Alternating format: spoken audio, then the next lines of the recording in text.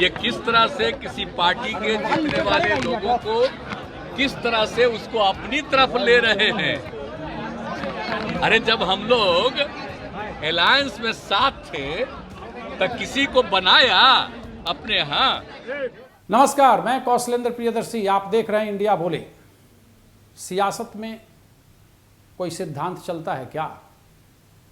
हालांकि राजनीतिज्ञ जितने होते हैं सब सिद्धांत की ही बात करते हैं, लेकिन थोड़ा दिनकर की इस कविता को देखिए, तब आपको पता चलेगा कि राजनीति जिस समय उनके ज़माने में जब होती थी तो जब उसी समय सिद्धांत की बात कोई नहीं करता था या सिद्धांत के अनुसार राजनीति नहीं चलती थी तो भला अब क्या चलेगी।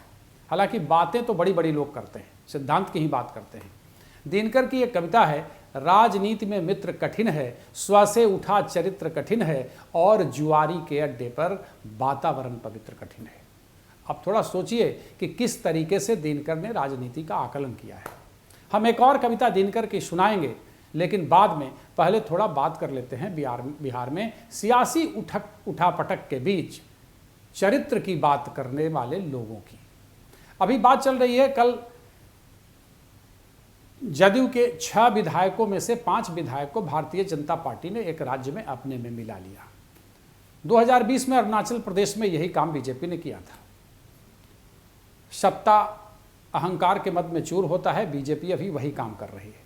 हालांकि जनता दल यू के द्वारा जब गठबंधन तोड़ा गया तो उस दिन भी यह कहा गया था कि आप गठबंधन में रहते हुए, एनडीए में रहते हुए और हमारे विधायकों को आपने तोड़ने का काम किया। यानी गठबंधन टूटने का एक कारण यह भी था। अब तो टूट गया, उसके बाद एक बार फिर से पूर्वोत्तर के राज्य में भारतीय जनता पार्टी ने जदयू के 6 में से 5 विधायकों को तोड़ दिया। जाहिर सी बात है, इस पर जो पार्टी के नेता हैं, पार्टी के राष्ट्रीय अध्यक्ष हैं, प्रदेश अध्यक्ष हैं, कार्यकर्ता हैं, बिलबिला उठेंगे, और आज वही हुआ। थोड़ा सा पहले इस बयान को सुन लीजिए। वो सब 6 के 6 एमपी यहाँ पर आए, सॉरी एमएलए यहाँ पर आए और खुशी प्रकट कर रहे थे 10 तारीख के। एकदम बिल्कुल हम लोग साथ हैं, मिलने आए।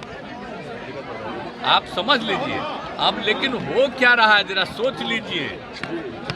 ये किस तरह से किसी पार्टी के जीतने वाले लोगों को किस तरह से उसको अपनी तरफ ले रहे हैं। अरे जब हम लोग अलायंस में साथ थे तो किसी को बनाया अपने यहाँ। आप जरा सोच लीजिए, कभी नहीं, और बाद में उसको सबको लेकर के अपने पास जाना, ये कौन सा स्वभाव है, किस प्रकार का काम है। इस तरह का कोई चीज पहले से चलता रहा है? एक नए ढंग का सब तरह का इस तरह का काम किया जा रहा है। राजनीति में सिद्धांत की बात बेमानी है, इसमें कहीं कोई शक नहीं। थोड़ा सा रुकिए और दिनकर की इस कविता को सुनिए कि आखिर राजनीति का असली चरित्र है क्या। आज तो बहुत गिर चुका। जिस जमाने में दिनकर लिखा करते थे और राज्यसभा सांसद बना करके उन्हें नेहरू ने भेजा था, उस जमाने में उन्होंने कविता लिखी है, और उस समय राजनीति का चरित्र क्या था आप खुद तुलना कीजिएगा। उसके बाद यहाँ सियासी उठापटक के बाद चरित्र की बात करने वाले लोगों को बताएंगे कि आप जब सत्ता में थे या इससे पहले आपका कारनामा क्या था, आपने क्या किया था, आप कैसे तोड़ते हैं। अभी टूट रहे हैं तो दर्द तो होना तय है। लगा राजनीतिज्ञ रहा अगले चुनाव पर घात, राजपुरुष सोचते किंतु अगली पीढ़ी की बात।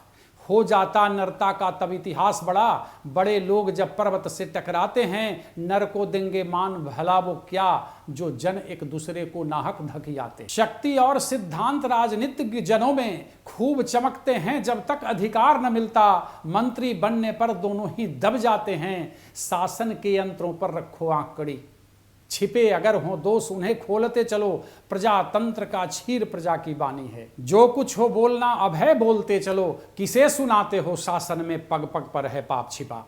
किसे सुनाते हो शासन में पग पग पर है पाप छिपा। क्यों न किया प्रतिकार अघों का जब तक तुम सिंहासन पर थे।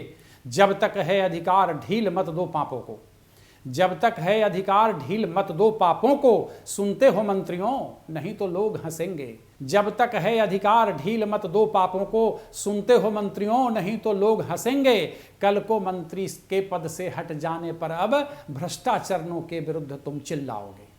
जी हाँ, बिल्कुल आज यही हो रहा है। एनडीए से हटने के बाद बीजेपी के जितने नेता और जो मंत्री पद पर थे वो चिल्ला रहे हैं। सुशील मोदी लगातार कह रहे हैं कि सुशासन नहीं है, इनके दामन में इतने दाग हैं, ये अच्छे नहीं हैं, मतलब गठबंधन टूट गया तो ये बुरे हो गए। लेकिन बात हम आज इस बात पे हमारा कोई आज जोर नहीं है। हम जो आपको एक कहानी कहने जा रहे हैं वह यह है, उसकी तुलना आप आज से ही खुद कर लेंगे कि आपके विधायक जब टूट रहे हैं तो आप सिद्धांत और चरित्र की बात करते हैं।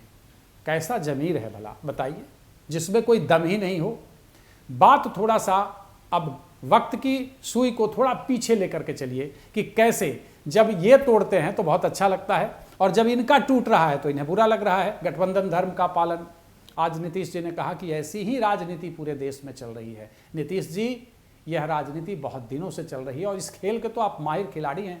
आपको याद नहीं है कि आपने कांग्रेस को तोड़ा, राजद को तोड़ा, अंत समय में राजद के एमएलसी को तोड़ा, फिर कांग्रेस के एमएलसी को तोड़ा। यह खेल किसी से छिपा है क्या? अब तो सवाल है कि आपके अपने जो राज्य के बाहर के विधायक हैं आपसे नहीं संभल रहे हैं। आपका जो कुनबा है संभालना तो आपका काम है। धन बल, बाहुबल, अब कौन कौन सा लालच दिया जाता है उन्हें, ये तो वक्त बताएगा और बात सामने आएगी। लेकिन ये चीजें तो बहुत दिनों से होते आ रही है ना। आप जो जिस तरीके से खेल आपने खेला है वो भी किसी से छिपा नहीं। हम थोड़ा सा तारीखों को याद दिलाते हैं, आप लोग इस पे गौर कीजिएगा। हालांकि इसी तरह की चीज़ों के लिए जब कांग्रेस सत्ता में थी या जहां जो सत्ता में होता है वो इसी तरीके से शासन करता है और इसी तरीके से उसकी हनक होती है। भारतीय जनता पार्टी या सत्ता में कोई सिद्धांत से मतलब नहीं है। मध्य प्रदेश से लेकर के महाराष्ट्र तक सब जगह विधायकों को तोड़ दिया जा रहा है। जदयू को जब जब मौका मिला उसने राजद को तोड़ दिया, उसने कांग्रेस को तोड़ा। जरा अब थोड़ा सा वक्त की सुई को पीछे करते हैं। नीतीश कुमार की पार्टी तोड़ फोड़ में कैसे विश्वास रखती है, अब जरा इस इतिहास पर आप लोग गौर कीजिए। 2020 चुनाव के बाद जेडीयू जब 43 विधायकों पर सिमट गई तो तोड़ फोड़ का सहारा लेकर 45 पर पहुंचाई। बसपा और लोजपा के एक एक विधायकों को तोड़कर जेडीयू ने अपने पाले में मिला लिया। बसपा के जमा खान को तोड़ा गया और लोजपा के एकमात्र विधायक राजकुमार सिंह को भी तोड़ लिया। यह किसी से तो बात छिपी नहीं है। उनको अपने पाले में मिला लिया, एक को मंत्री बना लिया, एक को छोड़ दिया। ऐसा लगा कि इनसे बहुत कुछ बिगड़ने वाले नहीं है। सुमित कुमार सिंह नरेंद्र सिंह के बेटे, स्वर्गीय नरेंद्र सिंह के बेटे जमुई से जीते, आप ही के विधायक को हराया, आप ही के पार्टी के कैंडिडेट को हराया, उसके बाद आपने मंत्री बना लिया। तो यह सत्ता के लिए तो सब कुछ जायज है।